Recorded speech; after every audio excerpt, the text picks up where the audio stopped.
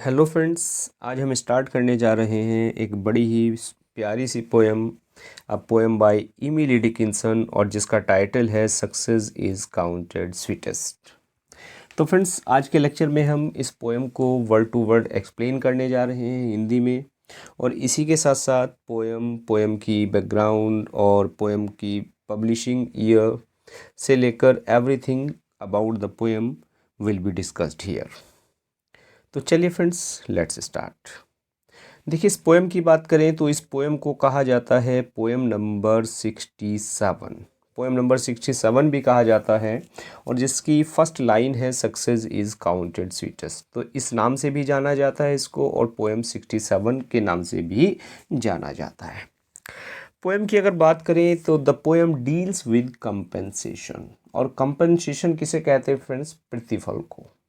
इसका जो विषय है पोएम का वो है प्रतिफल, और यानी सिंपल सी लैंग्वेज में कहें, it conveys the idea that every dark cloud has a silver lining, कि हर डार्क क्लाउड के पीछे, हर काले बादल के पीछे एक प्रकाश की किरण होती है, यानी हर निराशा के पीछे एक आशा छिपी हुई होती है। ये पोएम एक मैसेज देती है। Clear friends? और अगर बात करें पोएम की, तो पोएम ये ऑटोबायोग्राफिकल एंगल भी इसमें रहा है। एक्चुअल में क्या हुआ फ्रेंड्स, जो इमिली डिकिंसन थी, उनको जितना भी फेम उनको मिलनी चाहिए थी उतनी वो नहीं मिल पाई जितना वो डिज़र्व करती थी। तो कहीं ना कहीं एक ग्रेट जो पेन है जो उनके अंदर है, उसको भी ये पोएम बताती है। Clear friends? और बात करें अगर पोएम की, तो पोएम में ऑथर ने यहाँ कुछ अब्जिट वर्ड्स, यहाँ अब्जिट आइडियाज़ यूज़ किए हैं। जैसे सक्सेस फेलियर की बात करती हैं वो, नेक्टर और थर्स्ट की बात करती हैं, विक्ट्री और डिफीट की बात करती हैं। Clear friends? तो एक्चुअल में अगर बात करें तो सक्सेस, नेक्टर और ट्रायम्फ, और जो ट्रायम्फ है, ट्रायम्फ जैसे जो वर्ड्स हैं वो हमें क्या देते हैं? वो जॉय देते हैं। और जो फेलियर है, थर्स्ट है और डिफीट है, वो सिंबल है किसके? वो सिंबल रहे हैं फ्रेंड्स फेलियर के, यानी वो सिंबल रहे हैं हमारे दुख के। तो चलिए फ्रेंड्स, इसका जो टेक्स्ट है पोएम का, उसको एक्सप्लेन कर लेते हैं। सबसे पहले हम बात करें फर्स्ट लाइन की, और success is counted sweetest by those who never succeeded to comprehend a nectar requires sorest need।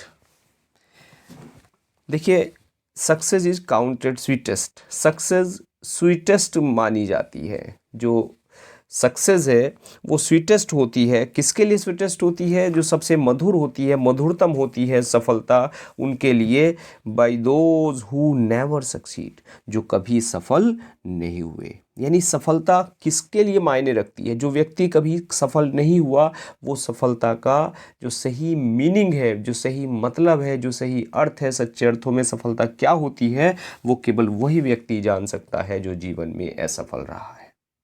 Clear? यानी पोएटस कह रही हैं, कवयित्री कह रही हैं कि जो व्यक्ति अपने जीवन में असफल रहे हैं वो ही सफलता के महत्व को पूरी तरह से समझ सकते हैं। बात क्लियर फ्रेंड्स? पहली दो लाइन कि success is counted sweetest by those who never succeed to comprehend a nectar. Comprehend कहते हैं फ्रेंड्स समझना, अंडरस्टैंड, पूर्ण रूप से समझना, to understand fully and completely, comprehend कहलाता है। टू कंप्रीहेंड अ नेक्टर, और नेक्टर कहते हैं फ्रेंड्स किसको? नेक्टर कहते हैं जिसको हम कहते हैं अमृत, यानी अ ड्रिंक ऑफ गॉड्स। जो देवता है, देवताओं का एक पेय पदार्थ जिसको अमृत कहा जाता है, आप भली भांति परिचित हैं अमृत से।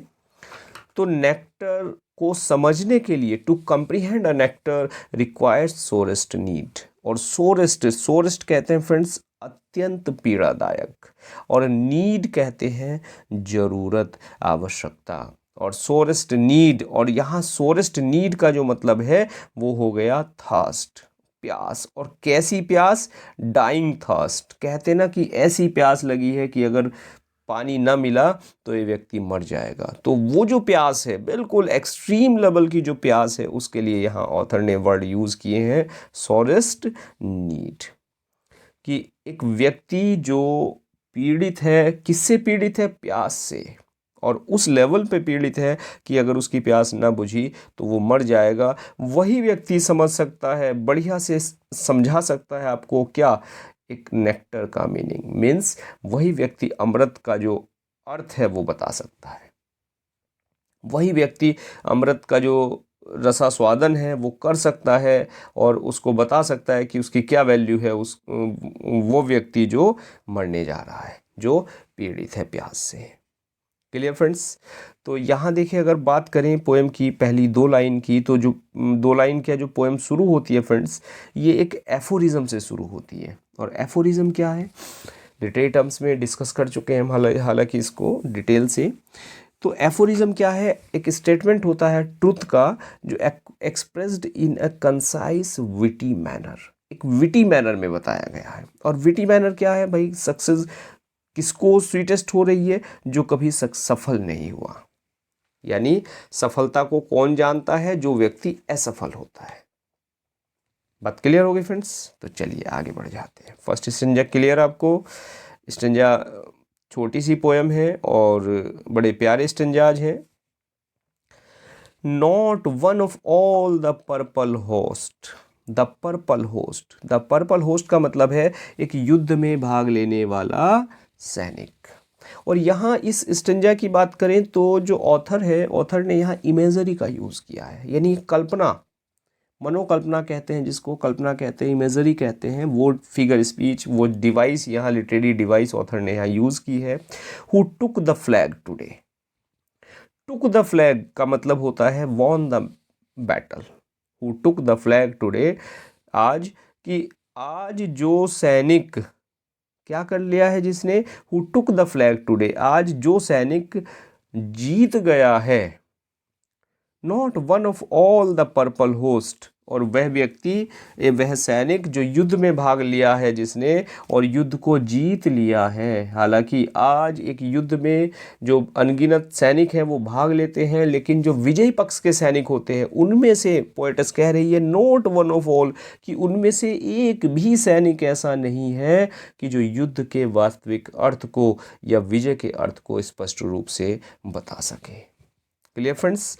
कैन टेल द डेफिनेशन, जो बता सके आपको डेफिनेशन, परिभाषा किसकी? विक्ट्री की, विजय की।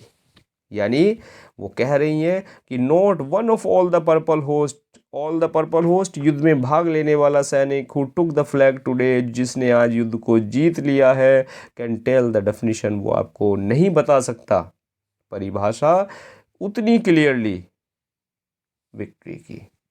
कितनी क्लियरली? ये अगले स्टेंजा में बात आएगी समझ में।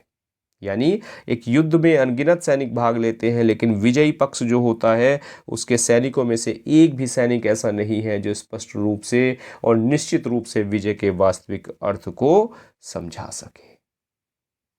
Clear friends? तो यहाँ बात करें अगर डिवाइस की, लिटरेरी डिवाइस, तो ऑथर ने यूज़ की है इमेजरी, और इमेजरी में वो एक बैटलफील्ड का हम वर्णन कर रही हैं और कह रही हैं कि जो विजयी पक्ष है वो विजय के अर्थ को नहीं समझा सकता।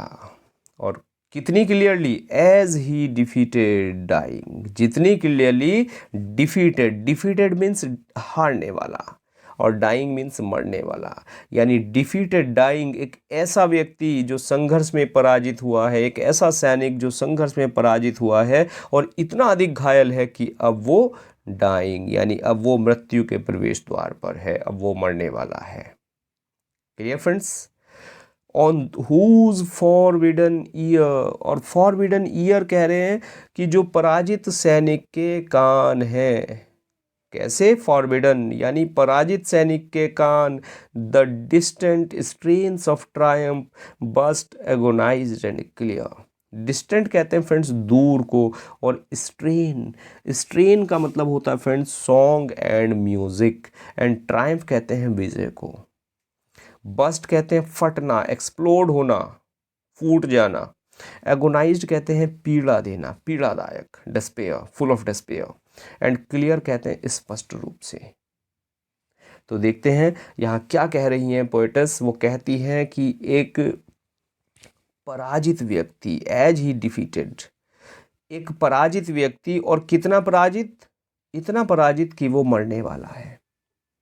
एक पराजित और घायल सैनिक जो मृत्यु के कगार पर है, और उसके कानों में, उसके फॉरबिडन ईयर मीन्स उसके कानों में जो विजय के गीत हैं, ट्रायम्फ माने विजय के स्ट्रेन्स कहते हैं गीत, सॉन्ग एंड म्यूज़िक, जो विजय के गीत और संगीत होता है, जो एक घायल, जो हारा हुआ सैनिक है, जो मृत्यु के कगार पर है, वो ही समझ सकता है किसको, विजय के वास्तविक अर्थ को। Clear friends, burst agonized and clear, burst agonize जो एक्सप्लोड होते हैं, फटते हैं उसके कानों में वो स्वर के जो संगीत, वो विजय ध्वनियाँ, वो विजय गीत, एंड क्लियर स्पष्ट रूप से वो ही बता सकता है उस ध्वनि को, उस विजय के संगीत को जो हारा हुआ है। जो पराजित सैनिक है वही विजय के सही अर्थ को बता सकता है।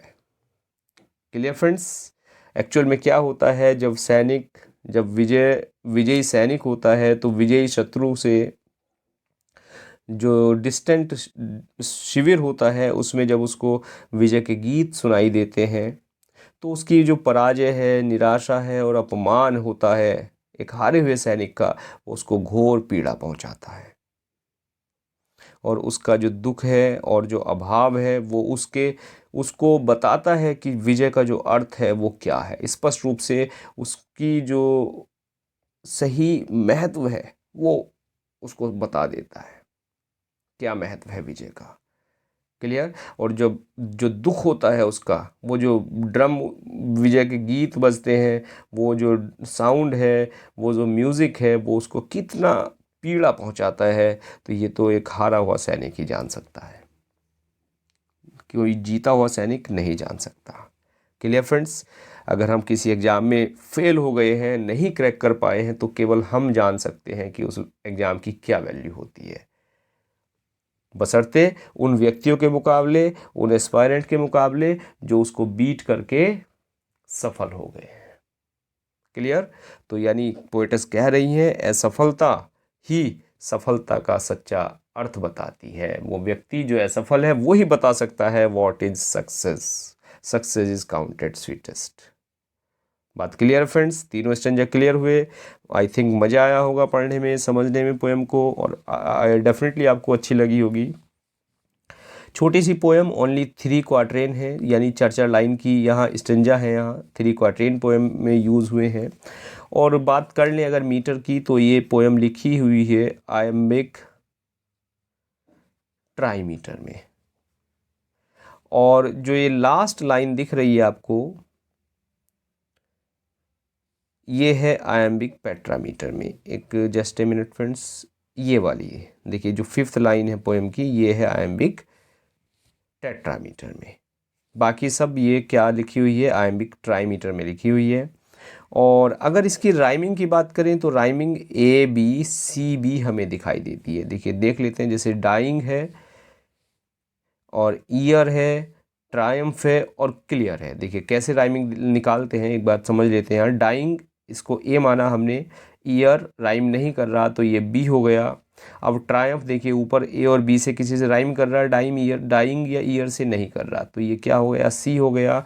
और और जो क्लियर है वो किससे राइम कर रहा है, वो ईयर से कर रहा है, तो यानी B आ गया। तो ABCB ये इसकी पोएम की राइमिंग स्कीम आ गई है। क्लियर फ्रेंड्स, आयम्बिक ट्राईमीटर में जो 5th लाइन है वो टेट्रामीटर में है, और राइमिंग की बात करें ABCB। Clear friends. और एफोरिज्म से ये पोएम शुरू होती है, जहाँ बताया गया है सक्सेस इज काउंटेड स्वीटेस्ट। तो चलिए फ्रेंड्स, लेक्चर कैसा लगा अपनी राय ज़रूर दें।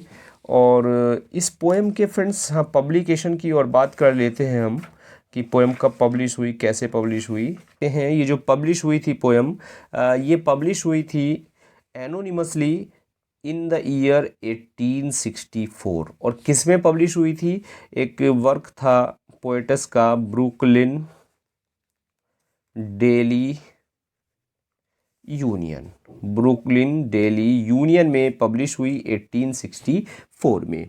और ये पोएम जानते हैं आप क्या है? एक लिरिक है। और अगर इसकी कंपोजिंग ईयर की बात करें तो ये पोएम कंपोज हुई थी 1859 में। तो फ्रेंड्स, पोएम के बारे में सब कुछ हम पढ़ चुके, समझ चुके। आई थिंक लेक्चर आपको अच्छा लगा होगा, बढ़िया से पोएम समझ आई होगी। तो चलिए फ्रेंड्स, तैयारी अपनी कंटिन्यू रखिएगा। मिलते हैं नेक्स्ट पोएम में किसी और पोएम को हिंदी में समझते हुए। Now thanks for watching this video.